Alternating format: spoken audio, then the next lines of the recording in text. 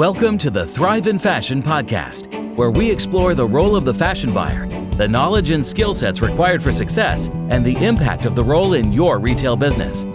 In each episode, you will learn about industry best practice and how the buyer's role is evolving in this ever-changing, fast-paced industry. And now, here is your host, a fashion industry expert with over 20 years of experience, Elisabeth McHale. There are a lot of misconceptions about working in fashion buying, and mostly about how glamorous it is. All the fashion shows that you go to, the endless shopping trips, travelling for work, and a closet full of designer clothes.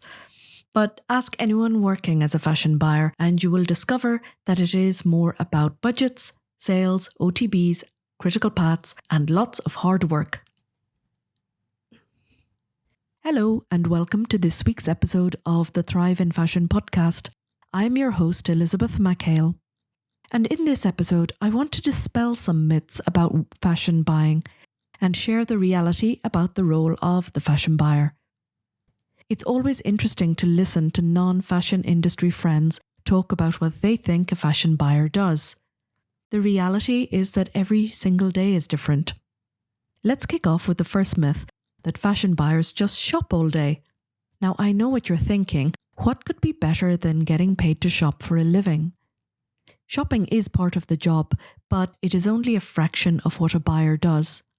The inspirational shopping trips usually happen at the beginning of a season's development, when designers and the buyers are pulling together colour palettes and storyboards for a new spring-summer or autumn-winter season.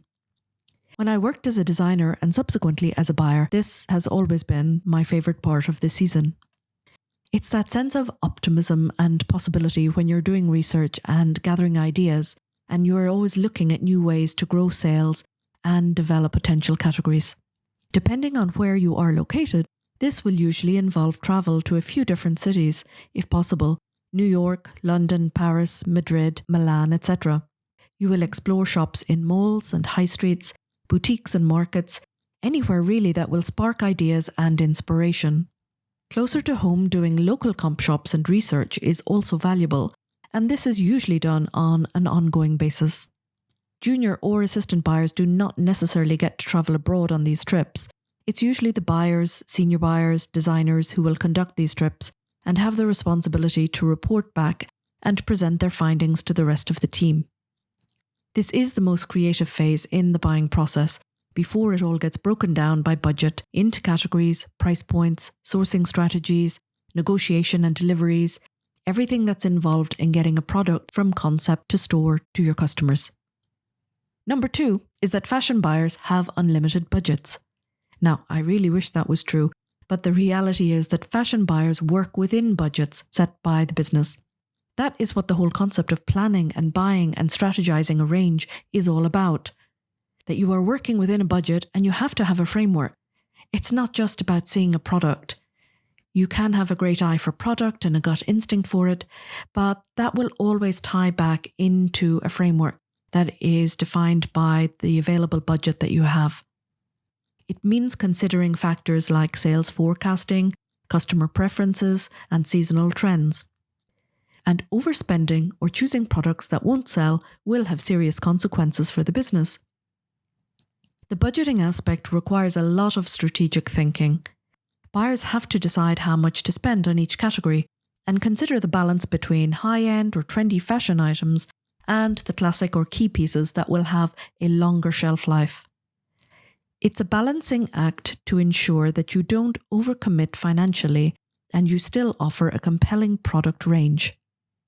That is, you need to be moving stock through your stores and ensuring that your new products are capturing your customer's eye and that your key and basic items are giving the customers what they came in to replenish. But at the same time, you're always enticing them to buy something different. I think the one thing that surprises most new trainee buyers is that it is much harder than it seems. It is much more analytical and reactive. And as a buyer, you always put your customers first. Just because you love a certain style does not mean that your customers will love it too. Myth number 3 is that fashion buyers attend endless fashion shows. The reality is that not everyone working in fashion actually even attends a fashion show. In the luxury segment, the front rows of the brand fashion shows are reserved nowadays mostly for influencers and celebrities. The reality is that these fashion shows are part of a brand's marketing strategy to increase visibility and are designed to draw attention to the brand. Some retail buyers will attend because it's indispensable for their role. But this is specific to the segment of the retail market that they are buying for. While attending fashion shows and selecting new collections may seem exciting, much of the work is routine, involves a lot of planning and analysis, and a lot of all this work is done outside the show and behind the scenes. The majority of development buyers do not attend fashion shows. They will attend various trade shows, seek out new suppliers or fabrics or brands, but these are usually combined with a market visit trip or supplier meetings. The trips are usually long days with early morning flights, sometimes with delays, and a lot of walking and carrying heavy bags. One piece of advice when doing these trips, it's always important to double check the dates and location of where you are visiting to ensure that it's not a holiday or a festival where the stores are closed. This happened to me one time on a buying trip, and it wasn't clear that every city followed the same closing dates. After getting up at the crack of dawn to catch the early flight, only to arrive and discover the stores in that city were closed, and trying to reroute our trip to avoid a wasted travel plan is not something that you want to repeat. Myth number 4 is that fashion buyers only need to have a good eye for style. It's really beneficial and important to have a good eye for product, but it's not the only requirement for the job. Having a good eye or sixth sense is the only part of the role that you cannot be taught, in my opinion. It is something that you hone and refine with time and experience, but you do not and should not make your buying decisions on this alone. Having strong analytical skills, business acumen, and a deep understanding of your target market is crucial. A good buyer must be adept at interpreting sales data and forecasting trends, and making strategic decisions to drive your sales and maximize profits. It's also about the flexibility where your initial plan or forecast may need to be tweaked and adapted as you go along. This may require a pivot from you and what you had originally planned in order to stay on track and hit your budget and sales targets. Understanding what will sell requires more than just knowing what's fashionable. The reason we look into data so much is to see which products are performing well and which ones are not. These are the clues for your next buying decisions. It always comes back to understanding what your customers like and what they need, what price points they're comfortable with.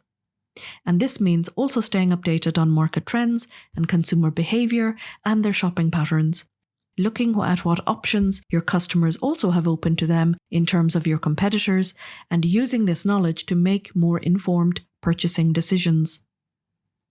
A typical day for a fashion buyer will involve analysing sales reports. It can also include meeting with the design team, negotiating with suppliers, planning upcoming trips, or planning for the upcoming season. You do have to be highly organised and detail-oriented as a buyer, and you're constantly juggling multiple tasks and deadlines. It's a role that demands both creativity and analytical skills. And there is a module in my course that explains the buyer's role in more detail if you're thinking about a career as a fashion buyer.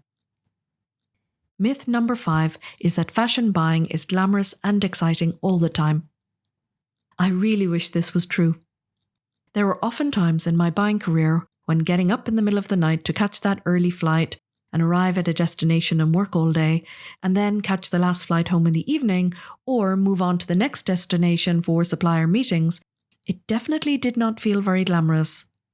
It's on those occasions I would sometimes think you have to be really passionate about doing this job to have the stamina and resilience and enthusiasm to overlook the not so glamorous aspects of the job.